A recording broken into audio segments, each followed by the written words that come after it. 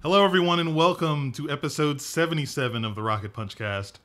As always, I'm one of your hosts, Cameron Kearns, here, along with the Bearded Wonder, Hey Will guys, Turkhurst. what's going on? What's up, Will? What's going on, man? Oh, geez, too much and not enough time to do it all. Yeah, that sounds about right. We've been busy little bees around the Rocket Punch pool lately. Yeah, it's been a lot going on. But it's all for you guys. It's all for our fans out there as well. As we always like to do, let's start with some table talk to get the kind of show moving and ease everybody into the Rocket Punch Cast. First, we're going to talk about some overall stuff.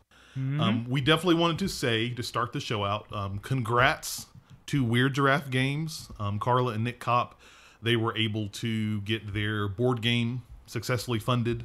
Yes. Stellar Leap. That was really awesome. They're actually working on stretch goals right now, and they've got like the whole month to do that. So we definitely wanted to reach out and tell those guys congrats and good job. If you don't know who Weird Giraffe Games is, then you should definitely check out our Creator Spotlight episode from this past week. We talked to them. It's a really great interview. Had a lot of fun talking with those guys. Yeah. But you can check that over on our website at rocketpunchgo.com there. But really great episode. If you get the chance, if you love board games, definitely recommend going over there and supporting them, especially if you're local to Huntsville, Alabama. They're a really great local board game company there, making a lot of great stuff, doing a lot of great things. So definitely cool on that. But that's the big overall thing there I wanted to talk about. Will, what have you been playing this week, man? I know you got some game time in some time. You worked it in somehow. Yeah, so I'm playing Pokemon Silver again for the 40th time. Surprise, it's on the DS. I bought it. I'm playing it. Of course you did. I saw where you tweeted asking if Crystal was coming. Hell yeah. I need my damn Crystal version. Where the hell is it? You did yellow version. Where's my Crystal version? I don't know. Hey, man, I want that Battle Tower, all right?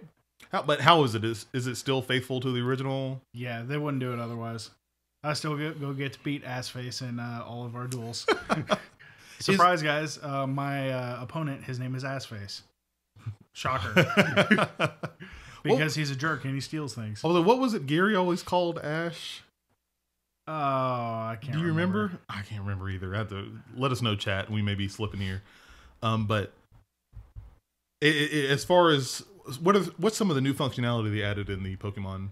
We got wireless trading, y'all. I don't need a link cable anymore. Surprise! Okay. Oh, yay. It's 2017, not 1997. Yeah, that's great. It's got full Pokemon Bank support. Oh, my God. Oh, wow. Okay. Does it actually support some of the newer Pokemon? No. It's Pokemon Silver. You can support Gen 1, Gen 2. That's it. I mean, I was curious. I didn't know it was going to happen. They're not going to break that game by bringing freaking, what's it? Yeah. You're not going to get Giratina in this game, okay? Oh, come on. You're going to have to wait for Pokemon Pearl and Diamond on Virtual Console for that. Yeah, well, we have to wait on Virtual Console first, so that's the first hurdle there. We have to get that, or some news of that. DS already has it, but yeah, Switch, no go. Yeah. I'm not salty at all. I'm not salty. Never. No. Well, what else have you been fooling around with? I picked up The Witness on iOS because it's $10. Okay. I saw this and I was like, really? This is interesting. Yeah. So for people who don't know, The Witness, which is the critically acclaimed game by Jonathan Blow and his team, it is available now on iOS. Is it Android as well? I don't know if it's on Android. I know it's on iOS.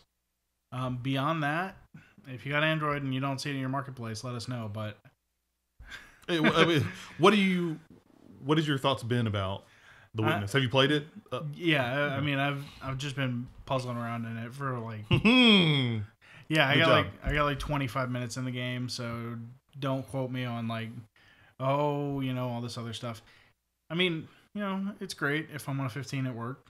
Okay, how does it feel on a mobile device? I don't know. I mean, I push my finger and I drag and follow the lines. Or like as far as movement, does it? I mean, I just tap where I want to go. Okay, it's one of the tap and it puts you there. Well, I mean, and if you double tap, you run instead of walk. Whoa! Oh, I know. Revolutionary! Oh my God! Double tap to run. That's the new game mechanic for all future games. I mean, you can right click to go somewhere in WoW. So that's true. No, double click, baby. Click, click. That's where we're at now. I guess. No, is it? at least from the experience you've had with the game so far, would you play The Witness on a mobile device, or would you still stick to console? I never played it on console. Really? Or PC. The hell's wrong with you? Sorry. Really? You've never? No, Oh, okay. I waited. They said it was going to be an iOS version, and I waited. Okay. Yeah. Because I have it on PS4, so I was curious to see if there was a difference, if you would like it better than the other one. I don't know. I mean, honestly, this is my first experience with the game, and so far, so good. Okay. That's pretty cool. Pretty cool. Beyond that, of course, I'm playing Destiny. Surprise. That's a big shocker. Shocker. The new loot shooters here, and yes, Will and Cam are involved because I know he was playing it because I was playing with him. Yeah. We have not done the raid yet. I can go ahead and tell you that. Well, we've been doing the Nightfalls. The Nightfalls are pretty... How do you feel about the timer in the Nightfalls? I think it adds a layer of complexity. Since they're not kicking you to orbit, they got to have some other way to up the tension. Yeah. If your whole crew dies, which you will, you don't get kicked to orbit. That's nice. We've experienced that firsthand. We have still beaten well within the timer, but the Rat King quest still eludes us. So that's the thing. Credible Threat in Twitch chat says, see, and Destiny 2 is coming to PC, so you just wait for the superior version. Or I can just play Destiny 2 now and play it later. No, Destiny 2 has been a lot of fun. That's been one of the big things I've been playing. Zer's been here since the last time we talked, if I remember right. That's cool. He's been twice now. How do you feel about Zer showing up on the map? I'm actually okay with it. It makes a bit more sense. Instead of welcoming him into our tower, instead we got to go seek him out. Yeah. I've heard varying differences. Like some people like the hunt, where you had to go find him. But what I like having it on the map. Just the whole reason, and I'm not going to go into a big deal on it, is that if people just find his position and then put it on the internet anyway, so Bungie's just cutting out the middleman and saying, "Look, we're just gonna." He's over here. He's over here. Look on your map. He's there. Go find him. Go check his wares. So I can tell you the reason I waited on The Witness is puzzle games are not a priority to me. The Witness was good. I'm a big puzzle game fan, so of course I got it. Yeah, I mean, I got it because, hey, this is a great time killer. It's $10. They still get a good chunk of the change, so they're going to get $7 out of me because Apple's going to take their 30%. Fair enough. So, yeah. Now, one of the new games that I have been playing, and I think it kind of opens up one of the topics we'll talk about later in the show, is Fortnite. I've been telling you, Will, that I'm like, man, I don't know why this game looks interesting to me. I shouldn't be interested in it, but it's pulling me. I think I'm going to get it.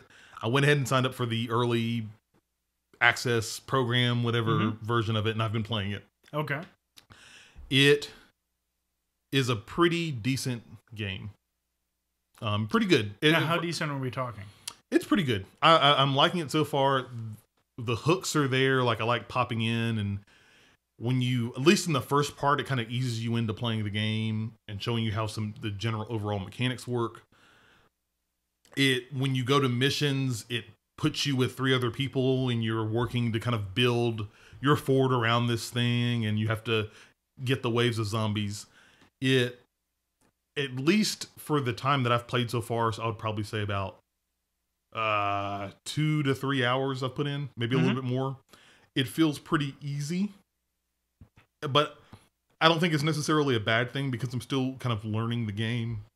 And if this is going to be a free-to-play game later on, I don't think you should come out of the gate with like some super hard mode. Like the computer kind of tells you, oh, expect enemies to come from this area and from this region.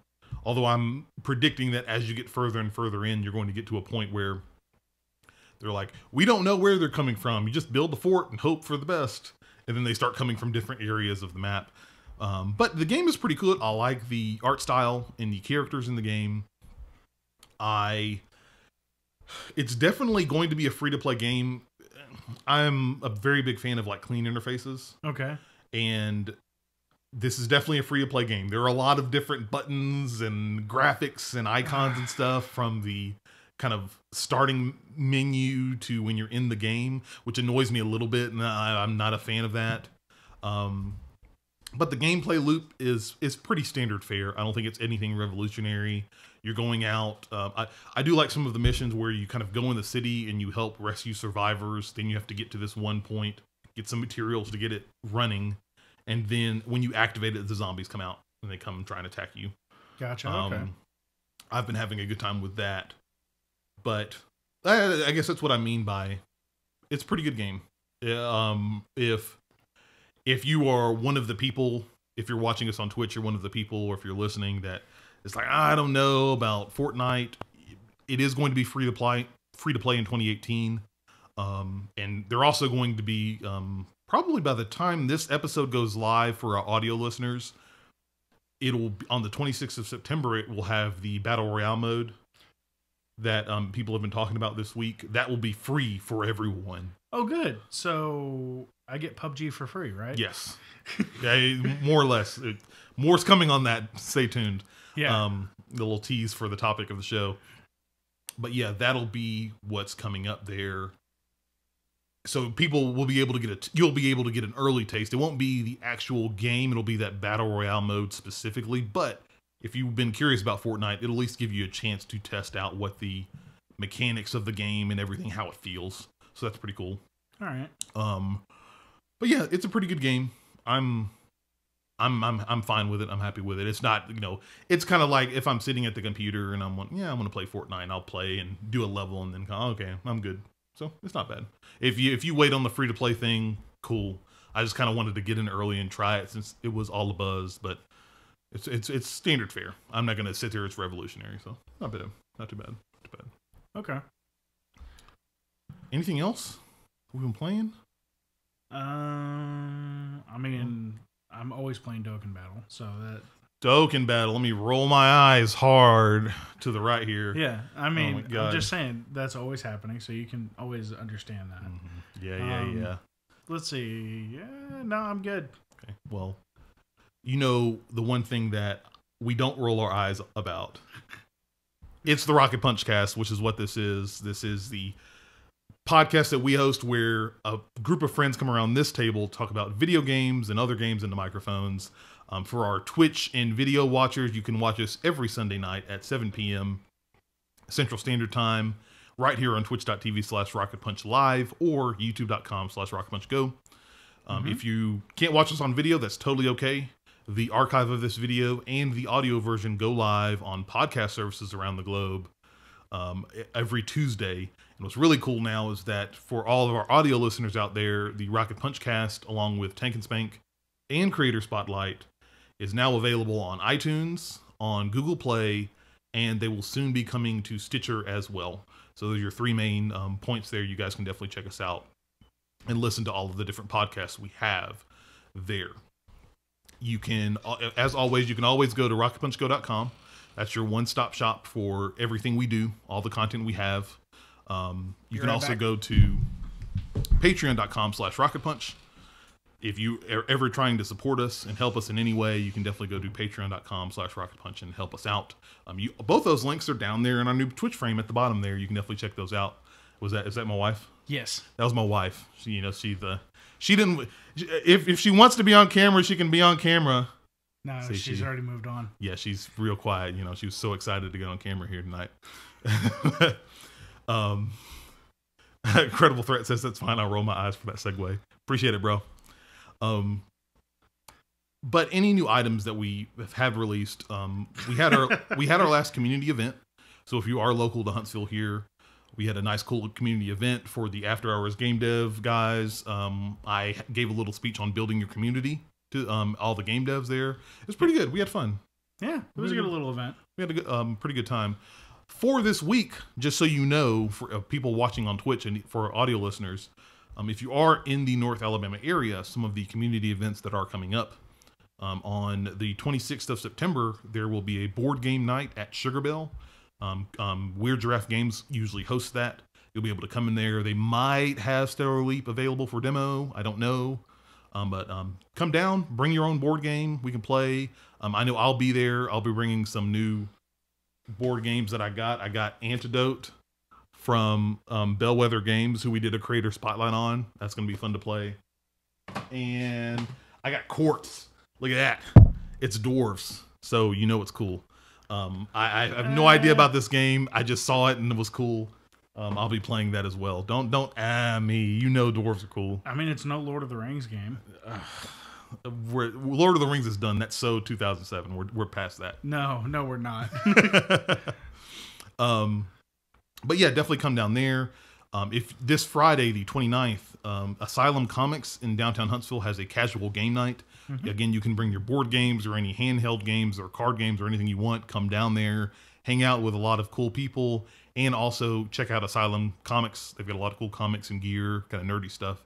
You can definitely check that out. That'll be Friday, September 29th.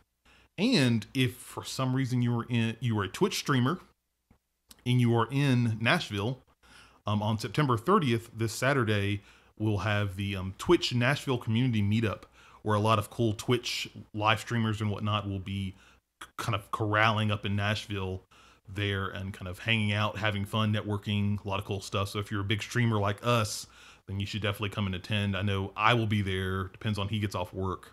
We'll see. Yeah. And big Twitch streamer? Nah. You don't have to be big. You can be small too. But definitely, if you are a streamer, definitely come out to that. All the information about those events, you can go to our community events page over at rocketpunchgo.com. You'll be able to find out the exact times and places for those events if you are interested in coming to those. And now, we've worked in a special segment before we get to our topics of the show that I definitely want to take the time to call out and talk about is our Patreon section here that we're going to start doing from now on. Again, like I said earlier, if you are interested in any way of supporting Rocket Punch and all the podcasts and streams that we do, help keep the lights on, as we like to say, patreon.com/rocketpunch is your one-stop shop. You can go to, that's the one place you can go help support us for as little as $1. You can help us and get awesome, cool swag and digital and physical goods as well. Some of the upcoming events for our patrons that may be watching, we have our kind of monthly Q&A / play session. That's actually going to be going up on the 27th for all of our patrons that are at the $5 plus tier. If you are at that tier and watching, you can actually go to our Patreon page right now and vote on the game that we will be playing with all of you guys. So definitely check that out as well. But for people who don't know, our Q&A session will be a good time for people to kind of chat with us, see kind of what we do behind the scenes at Rocket Punch, maybe ask questions about us, and kind of hang out and get to know each other a lot more. So that'll be fun. It'll be our first one that we do, so I'm pretty excited as well. People at our $10 or more tier, we do a weekly shout-outs for. So, of course, we have to give a shout-out to this knucklehead who's in chat, Chris Scott, over at Credible Threat Gaming. If you guys don't know, if you like streaming, you like what we're doing, then definitely check out Credible Threat Gaming. They are a YouTube and Twitch live stream group. They're streaming a lot of games. They're hilarious and funny. Do a lot of great stuff. I mean, if you watched last week's episode, you've seen Chris Scott on here as well. But they usually tend to stream on Tuesdays and Thursdays around 8:30 Central Time. I'm sure Chris will correct me if I'm wrong in the chat there. So definitely take a chance and check them out. They've been streaming a lot of PUBG lately. So if you're a PlayerUnknown's Battlegrounds fans, you can watch them, see if they can get that chicken dinner. Maybe one day. Knock on wood. We'll see. I don't know, man. But we definitely appreciate Chris Scott and the Credible Threat Gaming crew for being a patron of ours as well. We also have, I just wanted to throw this out there, the community meetup we had with the After Hours Game Dev guys. We have some audio of that talk. We'll see if we can clean it up a little bit more, but if we are able to, we will make that available for all of our patrons over on our website as well. That's all our patron stuff, right? As far as I know, yeah. I think so. Then let's get down to business with the topics of the show. Ruh-roh. Might be the case here because these are some fun ones that we decided to pick and talk about this week. First topic, you brought this up. Yeah, I did. And this was an interesting one. It piggybacks a little bit on one point we talked about last week, and we're not going to get into the whole PewDiePie debacle, but we're going to focus on one particular point, and that is going to be the Campo Santo kind of review bombing thing. So give us a rundown of what happened, Will. Well, that's kind of what inspired this, because initially the whole Campo Santo thing, in retaliation, retribution, whatever you feel is the appropriate term here, a bunch of PewDiePie's fans who owned Firewatch went onto Steam and they gave it as many negative reviews as possible. and started calling out Camposano and those guys who worked really hard to make a really cool game that I actually like quite a bit. Well, it was in our Game of the Year talks last year. Yeah, and and these reviews they're just doing it. There's no reason. They're doing this as an attack on the company because of the company's viewpoints and their desire to not be associated with an individual. Okay, yeah. That's kind of I don't know. I'm not a big fan of this stuff like that. But. Now, again, we can all argue about how things were done. I think we talked about that quite a bit last week. Yep, we did. But ultimately, how do user reviews affect the games? Yeah, and that's going to be the talking point. Kind of bringing up there is what basically game reviews. Number one, about talking really in depth about these review bombing stuff, but also kind of talk about the state of game reviews now, and are they still relevant in this day and age with streamers like us and people able to watch those games, and what that may mean for game reviews and maybe subsequently the kind of journalism outlets that those reviews are coming from. Now, for those of you who don't know what a review bomb is, it's essentially, air quotes, internet phenomenon, which large groups of people leave negative user reviews for video games or other products to attempt to harm their sales and popularity. So now, I mean, good examples of this: Elder Scrolls V Skyrim, when they were review bombed in 2015 when they introduced paid mods, horse armor, crab armor, that kind of stuff. So people went after him for that. Nier Automata got review bombed in April of this year because people wanted a Chinese translation version. So instead of just getting a petition together saying, hey, we will buy your game if you get a Chinese version of it, going, no, they just gave them as many negative reviews as possible to get their attention. Because that makes sense. Yeah, it's like, we want your game. We want it so much, we want you to suffer. Yeah. What? That seems backwards, but sure, okay. Yeah, GTA 5 got review bombed after Take-Two issued a cease and desist to a modding tool software developer because Take-Two's the publisher and they don't like people modding the game. Surprise. It's their IP, it's their property. Well, it's Rockstar's property, but they're publishing, so they share it. And then from there, Firewatch is the most notable or most recent one that we know of. But really, what does it accomplish in the long term? Yeah, the act of review bombing makes no sense to me. You asked the question, what does it accomplish long term?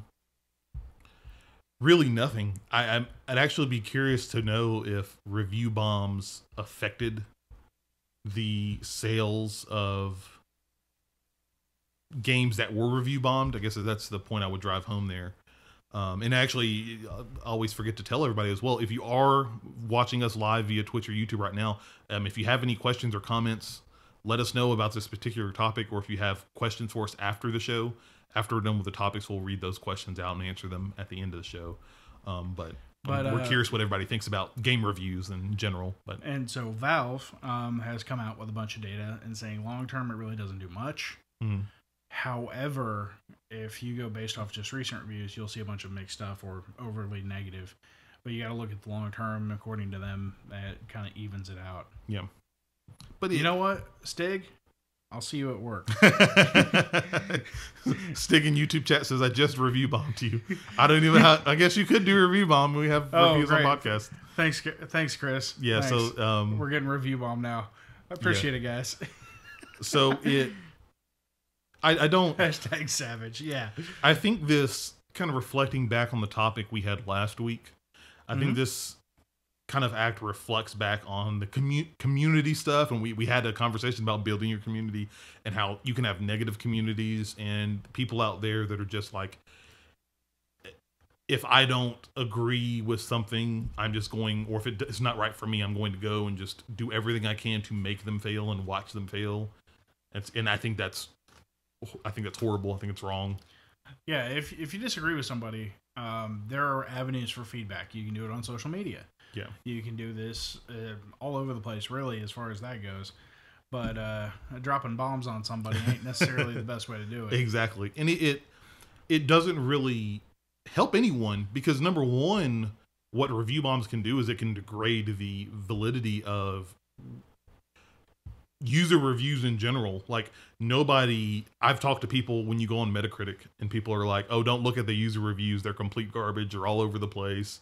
And when I go to Steam, I generally don't look at reviews on Steam, the user reviews, because I'm concerned that, half those games, like Firewatch is a good example. Like I've played the game. I knew it was a good game, but now you're going to have people that go on there and even though it is a good game, they're like, this is recent reviews are saying it's horrible, but they're not reading why people are putting those reviews down. No, because they've got that little thing over there that says overly negative, majorly positive, however they're doing it. Yeah, whatever little system they have. I think that Steam needs to figure out a way to do reviews a little bit better. Well, Valve did come out and mention that they're working on some things and trying to reapproach it. And actually, I'm going to have some links in the show notes so when this goes live for everybody, because Valve actually came out and talked a lot about this. Okay, so that's good. They're good on them. working on trying to make the system better. The problem is, unfortunately, like we talked about last week, the gaming community has several negative people involved. And I don't mean PewDiePie. I mean like just average people that are trolls. They're jerk faces because they're anonymous. Yeah, internet trolls. Yeah. We've talked about it last week. Oh, I know. I'm just continuing to call them jerk faces. Yeah. Now, this goes to the much broader topic on game reviews in general. Like, are game reviews even relevant anymore? Like, should we be doing those? And to kind of give people that brief history review, because of live streaming, Twitch streaming, YouTube, your Let's Plays and your videos like that, reviews themselves have kind of almost gone to the wayside. Like, as far as the hard reviews, for people who are old enough that remember way back when you went online when a game came out and that you waited and you were like, okay, what's the score going to be? And it's like, 8 out of 10 or 70 out of 100 or something like that. And you waited on that hard score, and that hard score helped you determine whether I'm going to buy this game, or I don't know, I'm on the fence, I may rent it, or you may skip it entirely. And now we're in 2017 in this era where everybody has a camera, everybody can Twitch stream or stream on YouTube, make their own videos, do Let's Plays, literally tons of these that people can get an idea of what this game, instead of just hearing a review and reading this huge article and spread about what this one person thought and liked and didn't like about this game. You can go on YouTube maybe the day of or maybe a few days before this game comes out, and you can watch live gameplay and somebody talking about it and somebody discussing what they like and don't like as they're playing it from hundreds or thousands of people on the internet. Yeah. And that's honestly thanks to places like Twitch and YouTube. You're correct. Yep. And it kind of going in with game reviews now, like a lot of outlets are kind of shying away from giving scores. Like I think Kotaku doesn't give scores anymore. The guys at Kind of Funny, they stopped doing, when they did Kind of Funny, they don't do scores anymore. Does Giant Bomb, they don't do scores? I don't know. I don't know about those. But some of the major ones still give the scores out because that's what people want. Some people want IGN, Polygon, GameSpot. They still have that 8, 9, 10 out of 10 score that you'll see on there. Well, Stig in chat, he brings up actually a fairly good point. The problem is, well, first point is, they did a pretty bad job at review bombing Campo Santo. The second one is the big thing that he thinks comes from Let's Players and small-time reviewers is that you're able to follow the people who are similar to you, or have similar views, I guess. And by doing that, you get tailored reviews. It's true. It may be a reviewer or streamer that has a very similar game taste to you. So you can you feel connected to that person, like, okay, if they like this game, then I'll probably like this game. Yeah, which, I mean, I could definitely see that, especially with people who follow guys like Video Game Donkey and that kind of stuff. Yeah. Super Mario Brothers 2. Sorry. I love Donkey. He's hilarious. But, I mean, at least bringing in the broader topic, Will, what do you think about reviews? Like, at least in 2017, do you like them the traditional way? Do you like the newer way where we're getting Let's Plays and Twitch streams? Do you think the old way is going to go by the wayside at some point in time? I don't think it's going to go by the wayside. I think what's going to end up happening is there's going to be less and less until it's kind of like the pickup truck phenomenon, where there's still going to be people that do it because they like to do it. Okay. But it's going to be like a lot of people have trucks because they like trucks, not because they need trucks. Same idea. Honestly, though, like if, as an example, if Jason Schreier's going to review a game, I'm probably going to read that review. Yeah. But if some no-name person from IGN is going to do it, I'm probably not going to care what they say. And at that point, I'll just go find some footage on YouTube or Twitch. Yeah. You know? And it's so funny in 2017 now we get down to the meta, like with IGN reviews. I not only am I looking at the review, but I'm seeing, okay, who actually did this review? Was it Destin Legary? Was it Ryan McCaffrey? Was it James Duggan or somebody? And kind of like, I remember when IGN, maybe a few years back, started doing fighting game reviews. They always got Vince Ingenito to do the fighting game reviews because he was a very big fighting game fan. Okay. And he knew the technical side of everything. Very sharp on fighting game fans. So if I saw a fighting game review from IGN and I saw, okay, Vince Ingenito's reviewing this, okay, I'll check this out. He's pretty reputable on the fighting game front.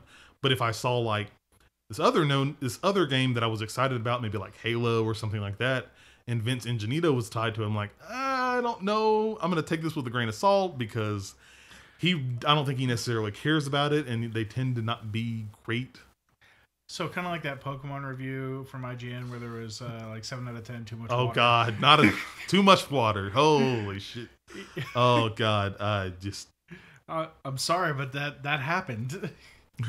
Credible Threat Gaming says in Twitch chat, movie reviews have had scores for years. Scores will never go away. I agree. I don't think scores are going to go away unless people break out of their comfort zone. I think scores are here because people in the general populace in and of itself, they want an easy, I don't want to read, give me the TLDR. What is your final, it's something quantifiable. I don't have to read this paragraph to figure out what this person likes. I just have to know, okay, do I need to see it or do I not need to see it? And that's why you have a lot of aggregate sites are very popular. For movies, Rotten Tomatoes. For games, you have Metacritic or OpenCritic, which kind of, for people who don't know what aggregators are, basically, they don't review it. They take all the reviews across the internet and they pull the scores together, and then they give you an aggregate or average score for what that game is. And it's so funny because people have started giving these aggregate sites hell because they're like, well, Rotten Tomatoes gave it a bad review. Rotten Tomatoes didn't give it the review. They just aggregated all the reviews around the internet. And it's the same for OpenCritic and stuff like that. And it kind of, with reviews, that's the one part of reviews that I wish didn't happen, or I wish people understood more, was that with aggregations and stuff like that, that's an aggregate score. But also that people took the time, if you're really passionate about something, whether it's a game or a movie or something like that, that you hopefully take the time to read the review and understand why that person gave it the score. Mm-hmm. Because people see, Batman vs Superman got a 6 out of 10. This is crap. That movie is supposed to be awesome. It's got Batman, it's got Superman, they're fighting and stuff. But then if you read further, you're like, oh, there's this weird, awkward Martha scene. It feels too long. All these other da-da-da-da. So, okay, maybe I understand a little bit more of why they gave those people those reviews and gave them those scores. But I think in 2017, at least for me, Twitch streamers, Let's Players, those are the big things. I think that's what's giving the most value to people.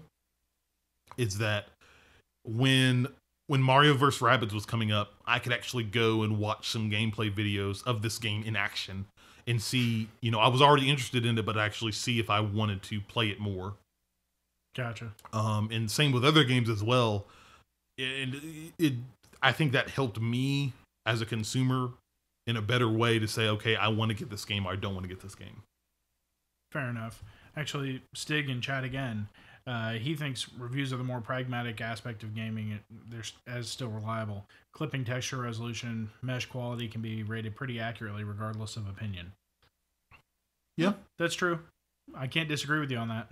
If it's technical problems, what was that Batman game that was supposed to come out on PC that was never fixed? And Arkham Knight. Yeah, that thing. Oh, it came out, but then they... No, I'm sorry. It came out, but it didn't come out because it was hot trash. The big old pile of poop.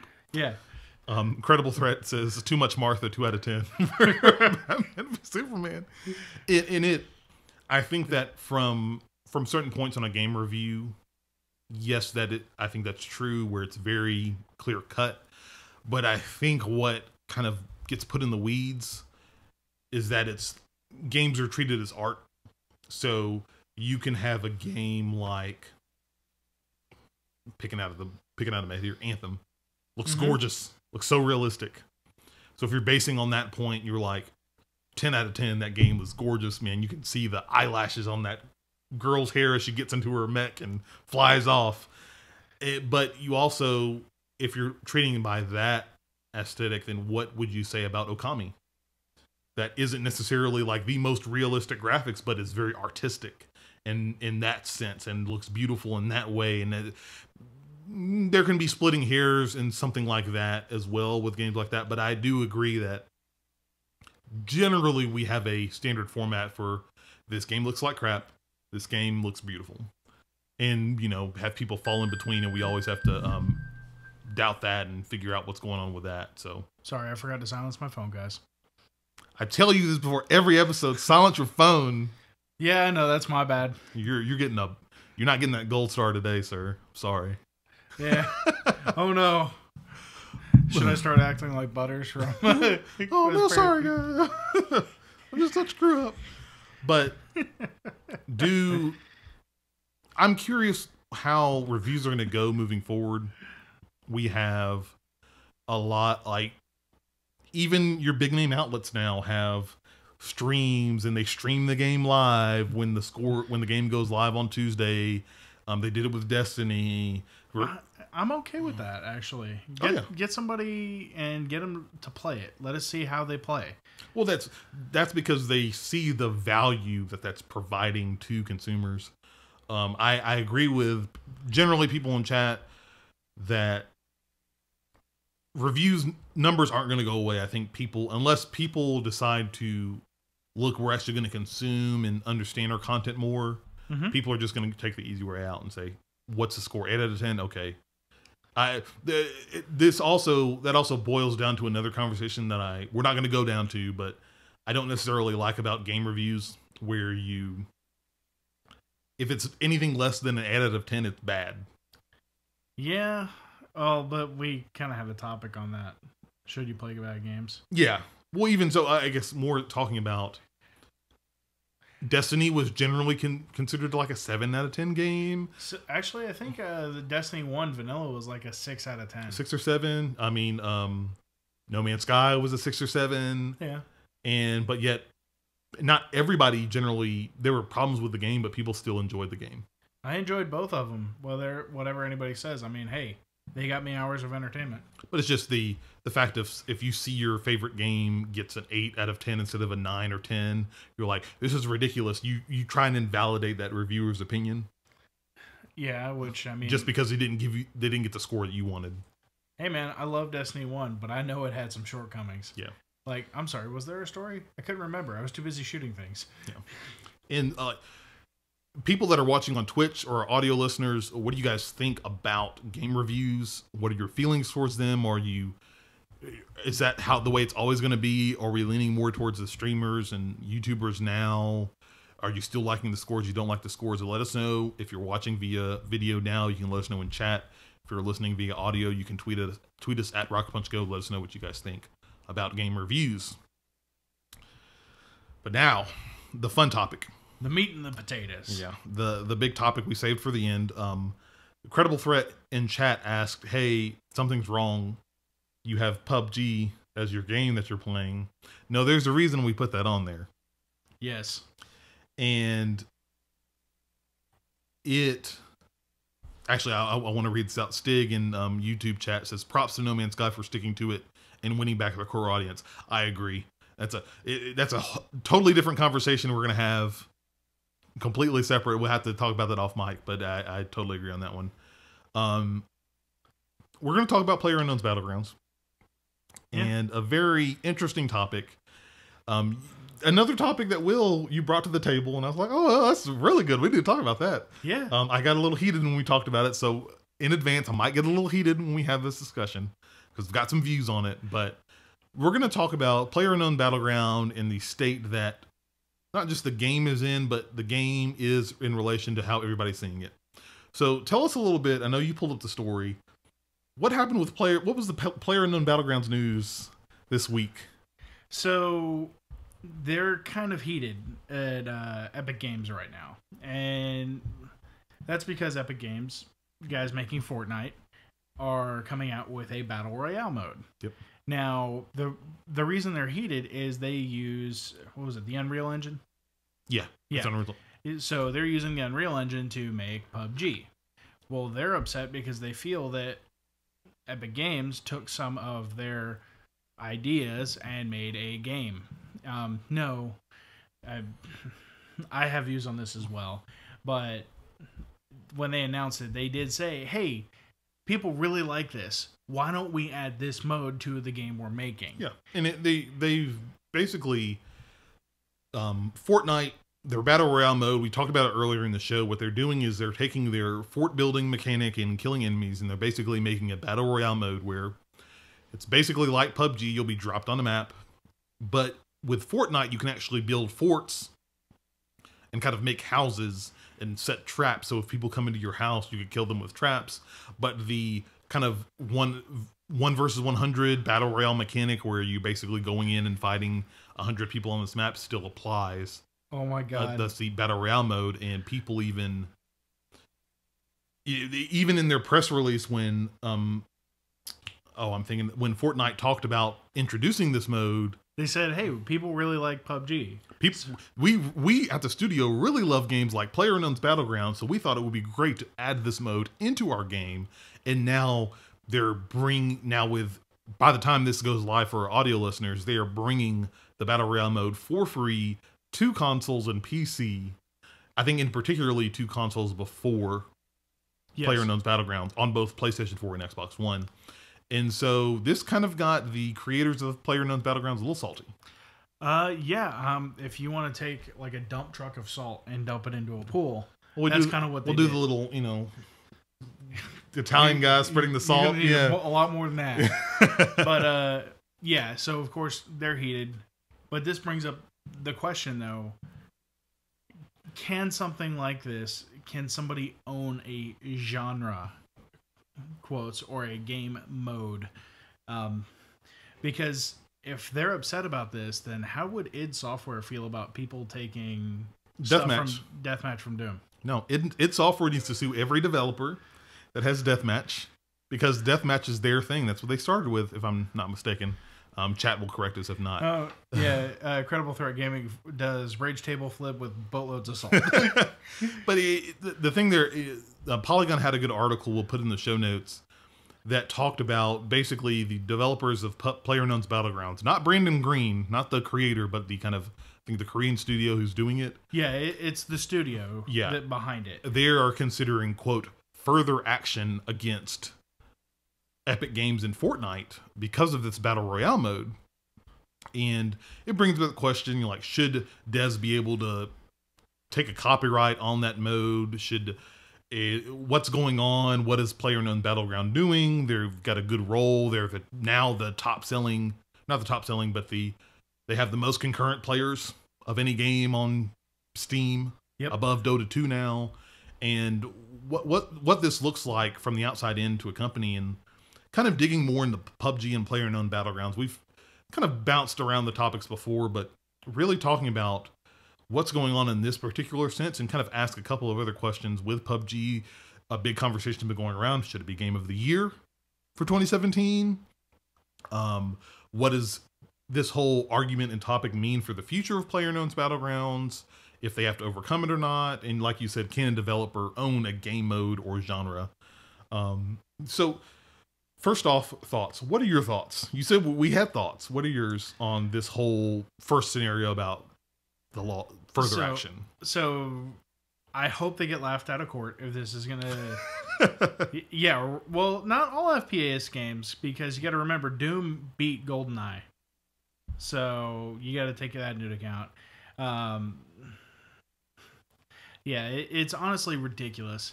If you try to lay claim to a game mode or genre, I feel you're a fool.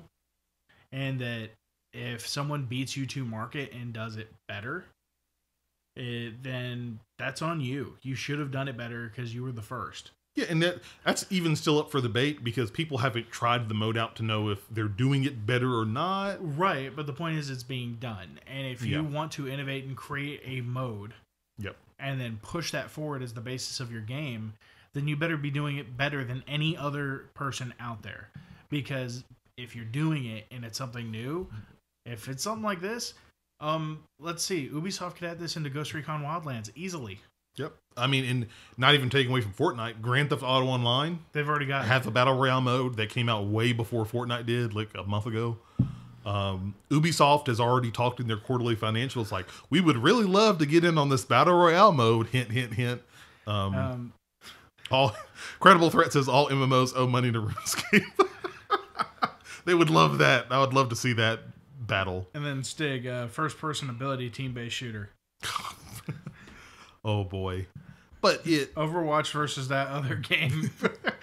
But yeah, and actually a comment that Stig in YouTube chat brings up, I remember the entire, somebody tried to sue somebody else and copyright the Let's Play. Yeah, the whole Let's Play thing. Yeah, I forgot about that. Yeah, they tried to copyright Let's Play, which was, again, foolish from the start. But my views on this are that it's, again, I'm with you. This should get laughed out of court if they even try to. Starting this conversation again, we've said it before on the stream and on the audio that Will and I have never played PlayerUnknown's Battlegrounds.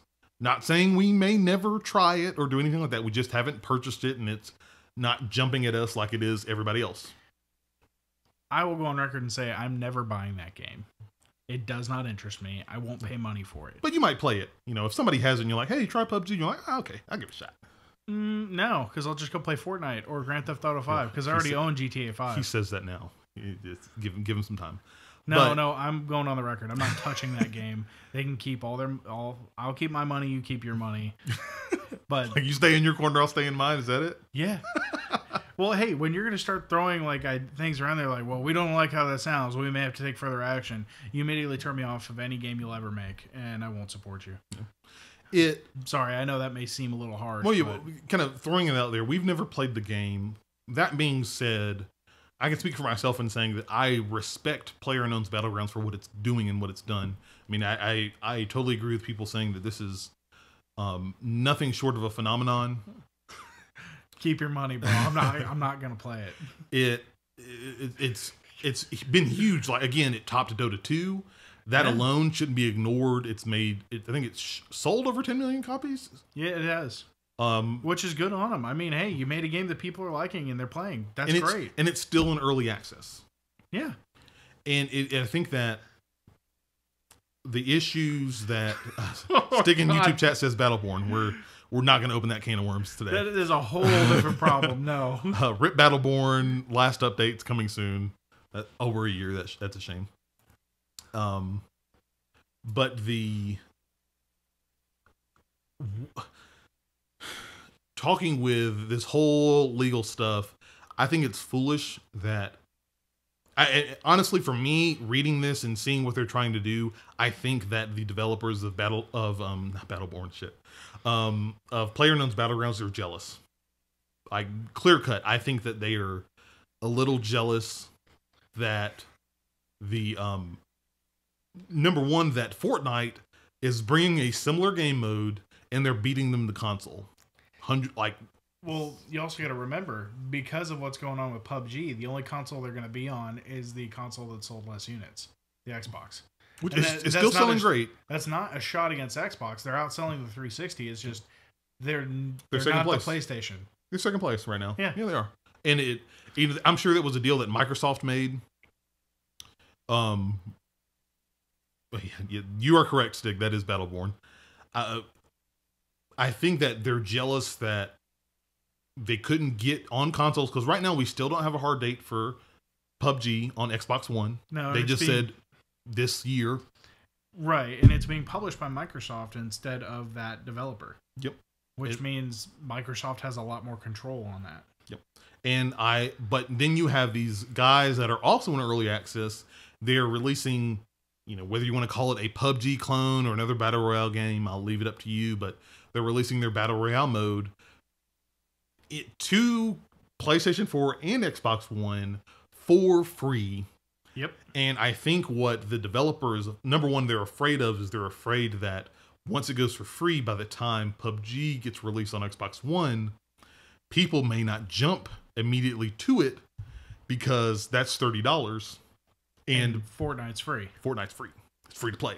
Who wants to pay $30 when you can get it for free $99? Yeah. And I think my problem I feel like I'm starting to go on a Cameron rant here, so bear with me.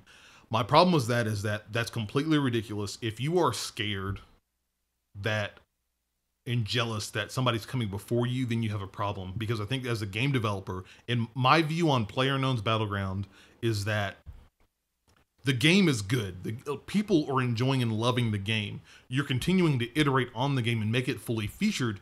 So, and it's not going to be completed when it comes on consoles, but if you don't need to worry about the guy next door, you need to worry about taking care of your own business and making sure your game is running and working properly. So that way, when you release your game, people will say, oh, it's $30, but it's PlayerUnknown's Battlegrounds. It's the one that started this game. It has really tight gameplay. It has tense action moments. Fortnite is kind of similar, but it has this fort building mechanic, which you like or don't like. I don't know. And it kind of, you should be able to show your product, and your product should drive people to come get that. Not necessarily say, oh, we don't like the fact that another Battle Royale mode is coming out on consoles before us, so we want to instigate further action. Guess what? That's not going to stop Epic Games and Fortnite from coming out on consoles with a Battle Royale mode before you. It's also, just not. Wait, doesn't like half of the world make their games on Unreal Engine? Exactly. That costs money to license, right? Yep. Oh, I wonder. That means they have more money than you. And again, you're paying to use their thing. If you're starting this instigation, what happens when Epic Games decides, you know what, we're going to pull your license, especially if you get what the hell? Yeah, no. Anyway, so yeah, or better yet, they just block it off, and now your game engine is gone, so you can't make this game on that engine anymore. Yeah. And now, granted, I don't think they would do that, but now if that were to happen, you're basically put in a scenario where now you have to worry about, crap, we don't have a game engine anymore, or even at this point in development, if the studio behind PUBG decides, you know what, we're not going to use Unreal Engine anymore, now you're pushing your development cycle way further back, because now you're skipping this engine, you're going to jump into some other engine, and you're not going to worry about doing that. Now you've had months, years on getting this game to a full release, and that's going to cause problems for your people that are coming in and doing that as well. And that is, in my opinion, completely foolish and ridiculous. You should be, PlayerUnknown's Battlegrounds, I think they're making a great game. People love the game. 10 million copies sold. Most concurrent played game on Steam.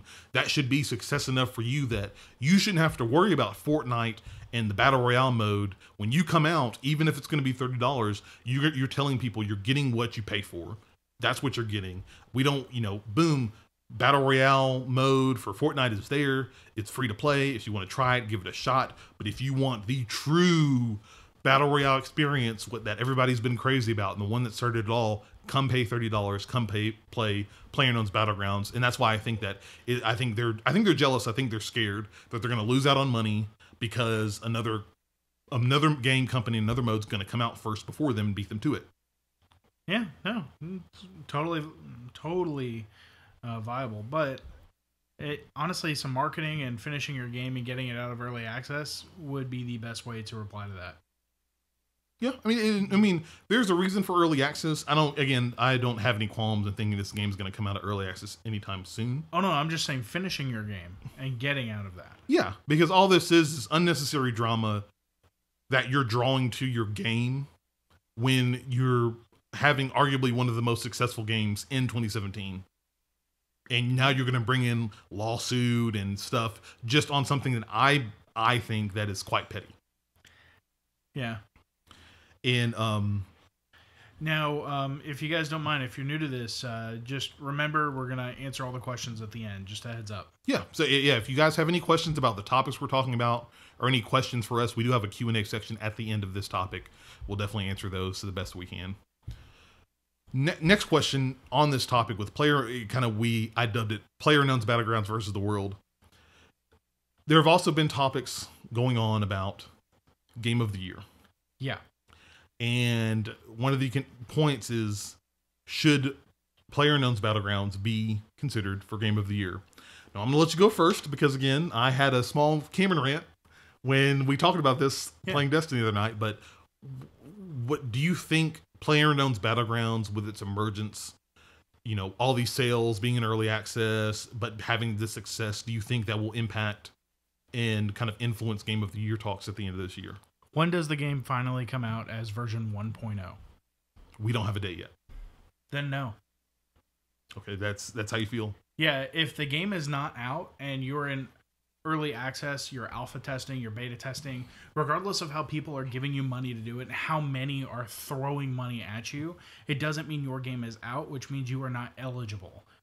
That's how Rocket Punch, as far as the half of Rocket Punch feels anyway. I don't know if I can speak for you on that. Oh, I'll speak for myself, don't worry. But I can tell you, if you want your game considered for Game of the Year, it needs to come out. End of story. It's not out yet. You're paying for early access for a game that's not finished. And with a game that's not finished, that means it's not eligible. Yeah. That's how I feel about it. This isn't necessarily a knock on PlayerUnknown's Battlegrounds, but just my view of it, and I've talked to you about this, is that I feel like PlayerUnknown's Battlegrounds is a game mode. It's a very fun and very cool game mode. I'm not lessening the game any more than that, but I feel like, number one, it's a game mode. And I don't know, especially for other games that, people gave Overwatch crap because it had multiplayer only and didn't have a story and stuff like that. But yet that was a completed game and went on to win Game of the Year for a lot of outlets. Point number one, I don't think it should be considered for Game of the Year on the pure basis of what you said. It is an early access game, and especially going down some of the list here, especially when in the year of our Lord and Savior 2017, which this could be another conversation, but I consider is one of the best years in gaming in a long time. Let me go through the list here. Legend of Zelda Breath of the Wild, Horizon Zero Dawn, Persona 5, Nier.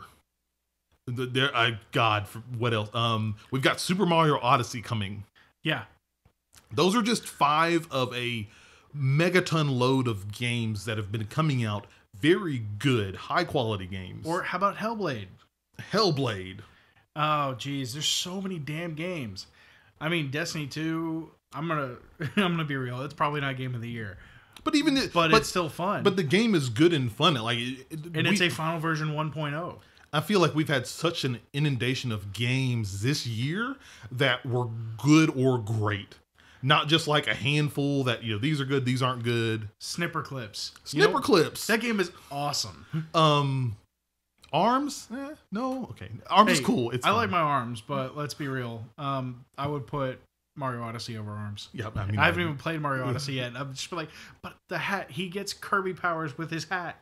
But even with like games that some people are talking about, that I think depends on you whether you want to be Game of the Year. The new Call of Duty World War II is coming out.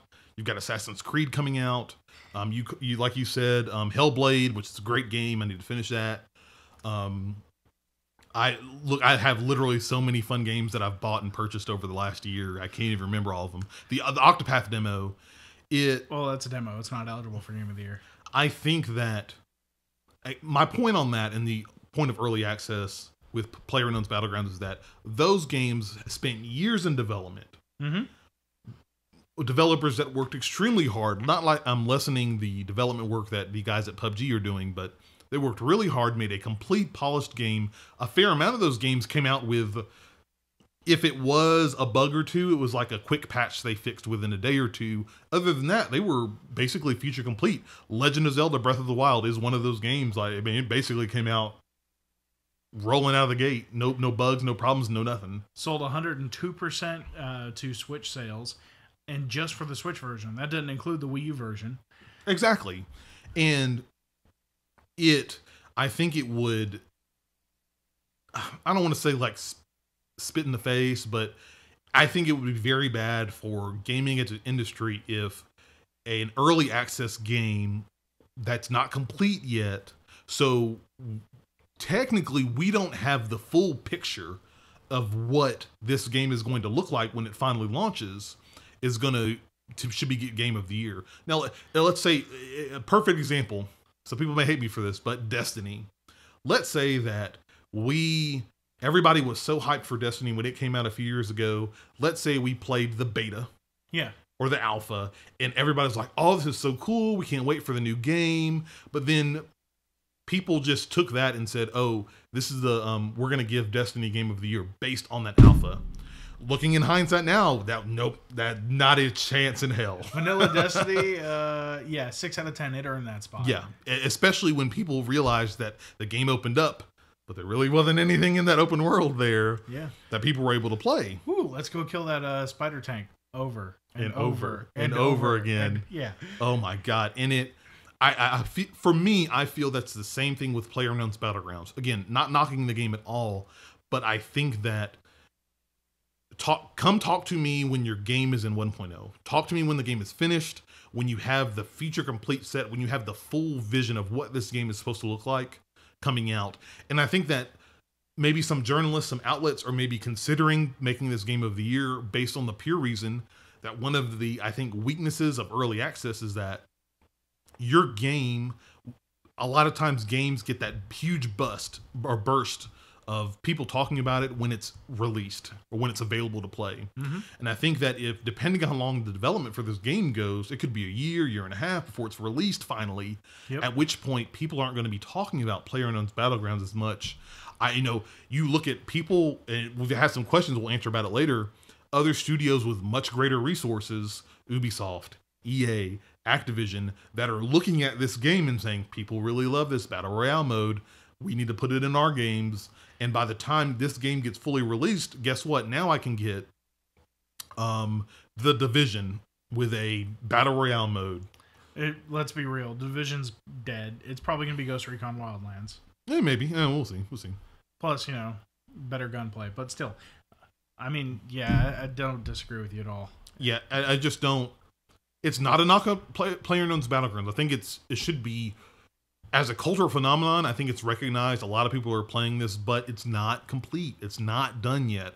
And if another kind of interesting point on that is that if this is given Game of the Year, this could potentially open the door for other early access games to be considered. And now if you play a lot of PC games or in the Xbox preview program, you think about some of those early access games. If people played Ark Survival Evolved, it's been in early access for 2 years. It's released now, but think about last year, if it was in early access and people started considering that game for Game of the Year at the state it was in. The game that came out this year, I love Astroneer with a fiery passion. Love that game to death. I wish I could put it as like in some type of Game of the Year talks that we do. Yep. But it's in early access. It's not complete yet, and it's buggy as hell. So I'm not going to sit here and say Astroneer is better than Legend of Zelda. Like, I may have more fun with it than Legend of Zelda, but I'm not going to put it ahead of it because it's just not done. It's not done yet. It's not the final product. No, but we could have an argument of Persona 5 versus Legend of Zelda. We will have the argument at the end of the year for Game of the Year talk. January. Oh God, we're planning that, and it's gonna be crazy. Credible Threat Gaming in chat says Game of the Year 2017 Half-Life 3. There you go. Actually, according to Video Game Donkey, the Game of the Year for all time is Super Mario Brothers 2. Just tossing it out there. But I don't know if I can agree with him on that. But yeah, should it be considered for Game of the Year? I don't think so. When your game comes out, talk to us. Now, could this game disrupt some Game of the Year talks? I think so. I think the fans of the game will disrupt the Game of the Year talks. Well, I think that those fans of the game are some of the journalists at Polygon, IGN, and GameSpot, and I think that if this game is put as Game of the Year from any of those outlets, it's going to cause a very huge shakeup in the video game industry on what you can consider Game of the Year. And again, like I talked about earlier, opening that door for more games that basically are saying, oh, you don't have to be complete in order to win Game of the Year. And that scares me a little bit. It really does. No, it doesn't scare me because I'm going to stick to my guns. And at least as far as Rocket Punch is concerned, until your game hits 1.0, you will never be eligible. Yeah. That's a rule. Hard line. So if anybody was hoping to hear our Game of the Year conversations in early January and talk about PUBG, probably not going to be there, just saying. Unless it's released before the end of the year, then we might talk about it. I don't think they're going to hit 1.0 by end of year. No. No, yeah, they got that Xbox version to worry about now. And then kind of bringing your question, the last question you asked about, can one developer own or take rights of a game mode or genre? Because it kind of feels like what PUBG is trying to do with Fortnite is they want to own the Battle Royale mode. But when it really is just a mode, it's not like you can't say this is a specific gameplay loop. It's like, no, it's kind of like Deathmatch or Countdown or Supremacy or Capture the Flag. Yeah, I mean, look, Destiny, they took their time to make their own Capture the Flag. Whatever. I mean, it's Capture the Flag. Let's just be real. Does that mean that the Russian developers behind Tanky Online can't have Capture the Flag if somebody else did it first? No, they're going to laugh at you and be like, we're based out of Soviet Russia. You move along. No. Das Vidanya, gonna. Yeah. They're going to say, get out of my face. And if you don't move, they'll shoot you. Oh, wow. Okay. I'm joking. Hey, I started off this with Soviet Russia. Let's be real. That's true. No, but there. Let's be real, guys. If that's the case, id Software will be knocking at every shooter's door. Yeah, it's like, hey, for the next 20 years. You owe us royalties from all the times you put deathmatch in your games. Yeah, like that's gonna happen. Yeah, never happened. Never happened. But no, I think PlayerUnknown's Battlegrounds has opened up some interesting questions. It's definitely at least brought up interesting topics for discussion. Yeah, about kind of its state in the world right now. I think PlayerUnknown's Battlegrounds will continue to be successful, probably until other studios with much deeper pockets start implementing that game type into their own games. At which point, I am concerned whether PUBG is going to fall by the wayside and kind of be ignored. Like, and I say that in that point that I think I can answer a question in here. Somebody asked if we think that a mode like that Ghost Recon Wildlands may get. So imagine if you have to choose, PUBG's $30, but Ghost Recon Wildlands, which maybe at release it's $60, you get that full featured game, open world, everything, and then they say we're also introducing a battle royale mode for free.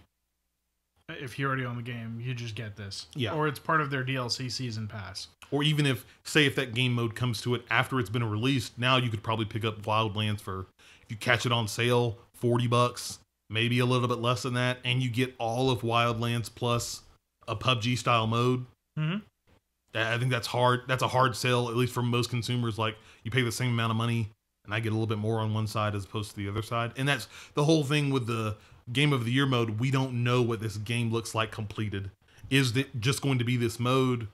I know we're going to get more maps. Are there going to be other things that are going on? Is this the only mode that's going to be fed through and hooked on with PlayerUnknown's Battlegrounds? See, and those are questions that we just don't have answers for yet.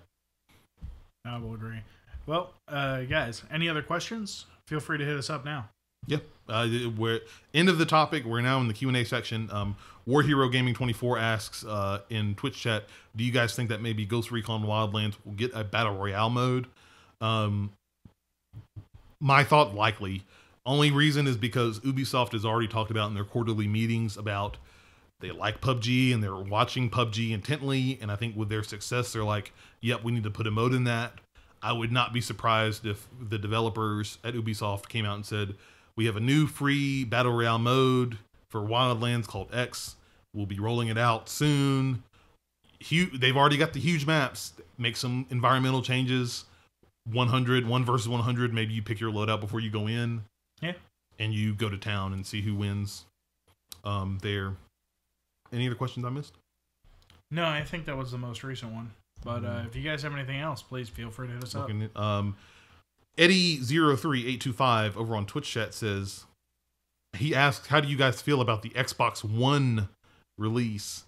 I don't know which Xbox One he's talking about. I think he's referencing PUBG. Okay. Because when he posted that, it was while we were talking about PUBG. Unless he's talking about maybe the One X. And honestly, I think it's going to be fine. I believe it will force the Xbox to be on PUBG as far as player base. Unless Fortnite can, just eat up their base. I think answering that question for me, I think that it's a great idea to pop up on consoles. It's a huge swath of players that they haven't tapped into yet. I think the kicker may be when that game's going to come out. And I understand there are concerns with Fortnite, but if Fortnite comes out, it's similar or the same modes and feels the same as PUBG, but it's free, and they get some of that player base beforehand. And, again, that's why I talked about earlier, you have to set yourself apart by having a quality product. I think if you don't, generally players are going to go for the cheaper option. They're going to be like, why am I going to pay $30 for this when I get the same or similar experience with maybe some different tweaks for free? Oh, so first off, Stig asked another good question. What game mode would you invent and copyright if you could? Woo, game mode. First off, I don't believe that you can copyright a game mode just because it's a part of a game. It's not the entire thing. We're having fun with this. Pick a game mode. Pick game mode. I got to think about one. I really dig Control on Destiny's PvP. Okay, you would copyright that? Yeah, I really dig that. It's one of those where I like the idea where the teams have to work with each other and try to work against them as far as that goes. I like Supremacy in Destiny 2. For people who haven't played it, what Supremacy is, it's like deathmatch, but when you kill somebody, there's this crest that drops from them that you have to actually go collect. If you don't collect the crest, you don't get credit for the kill. And that adds a little bit of depth because when you kill somebody, you have to go get the crest, but if they have their teammates there, they could pick you off, and now you're screwed. Yeah. And I think I would copyright that mode, maybe add some cool little buffs, like maybe if you collect 5 crests in a row, you get like some crazy power up. Or it's some like King of the Hill, some... No, instead you do like the NBA Jam. He's on fire! And literally get a fire aura. Oh, yeah. Yeah, that's true. Credible Threat asks, what would they have to do to make the Xbox One X worthwhile? What would they have to do to make it worthwhile? So for me, it's not worthwhile because with that money, I could turn around and buy a 1080 and pop it in my tower. Like literally, the 1080 is now going to be $500. Yeah. And I already have a rig, so I could upgrade my rig. It costs me the same amount. But then my WoW runs cleaner. I can do more. My battle station's upgraded and ready to rock and roll from my puny 1060. Okay. So for me, I don't think it is worthwhile. Oh, Incredible Threat said not Xbox One X. WoW. X was a placeholder. Well, see, that's your fault. You should have been more clear on the question. Yeah, I'm sorry. You've had your question answered. No, the to answer Chris's question. Not a tease, but definitely what's going on is that is going to be our Tank and Spank bonus episode for September 2017. So if you are a patron and you want to get that question answered You'll need to swing over to patreon.com/rocketpunch to hear that episode. Because like you said, Credible Threat, that is a pretty broad topic. I don't know if we'd want to answer that. Are you okay? I can hear them. The review bombs. Hey, yeah, I agree. But yeah, no, that's going to be our Tank and Spank bonus episode for our patrons for 2017. That question about World of Warcraft 2. So you guys definitely know what the topic's going to be. So if you're not a patron, again, swing over to patreon.com/rocketpunch. You definitely check out that episode and more over at our page. So it's definitely something you should consider. But those are all the questions. That is it for episode 77 of the Rocket Punch cast. Again, I'm Cameron Kearns. This is Will Turkhurst, the two guys behind Rocket Punch. We really appreciate everybody tuning in via Twitch or YouTube. Thank you guys for joining us every Sunday at 7. For our listeners, thank you guys for listening on our podcast services, on iTunes, on Google Play, on Stitcher, whenever it goes live. We really appreciate everything. Hopefully you guys enjoyed the conversations tonight. And as always, rocketpunchgo.com. That's the place you want to go if you want to see all of our content. If you want to help support the show, patreon.com/rocketpunch is the place you want to go to. But without any other questions, you got one more thing for us? Yes. If you guys wouldn't mind, if you can take the time to rate and review us on your podcast provider of choice. Yes. That really helps out as well. If you can, even if you're not watching the content on these places, subscribing to our stuff on your podcast service of choice, rating and review us there. That helps us out with the discoverability, so that way we can be seen by more people. And if you do that, we would really appreciate it very much if you took the few minutes out of your day to take care of that as well. But without further ado, guys, that's it for this episode. Until next time, farewell. Take care.